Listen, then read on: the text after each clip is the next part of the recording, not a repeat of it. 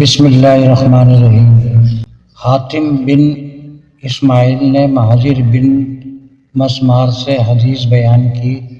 انہوں نے عامر بن سعد بن ابی وقاص سے روایت کہا،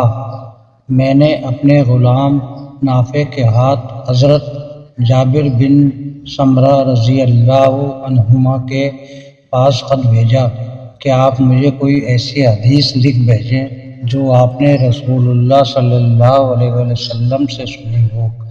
انہوں نے مجھے لکھ بھیجا کہ اس جمعے کے دن جس کی شام کو حضرت معاذ کو سلمہ رضی اللہ عنہ کو رجم کیا گیا تھا، میں نے رسول اللہ صلی اللہ علیہ وسلم سے سنا، آپ نے فرمایا قیامت تک یہ دین قائم رہے گا یا جب تک مسلمانوں پر 12 خلفاء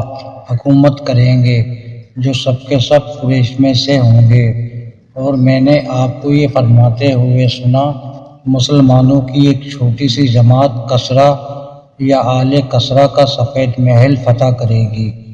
اور میں نے آپ کو یہ فرماتے ہوئے سنا قیامت کے قریب کچھ کذاب ظاہر ہوں گے، ان سے بچنا، اور میں نے آپ کو یہ فرماتے ہوئے سنا جب اللہ تعالیٰ تم میں سے کسی کو کوئی اچھی چیز دے تو وہ اپنے اور اپنے گھر والوں سے آغاز کرے، اور میں نے آپ کو یہ فرماتے سنا میں حوض پر تمہارا پیش رو ہوں گا۔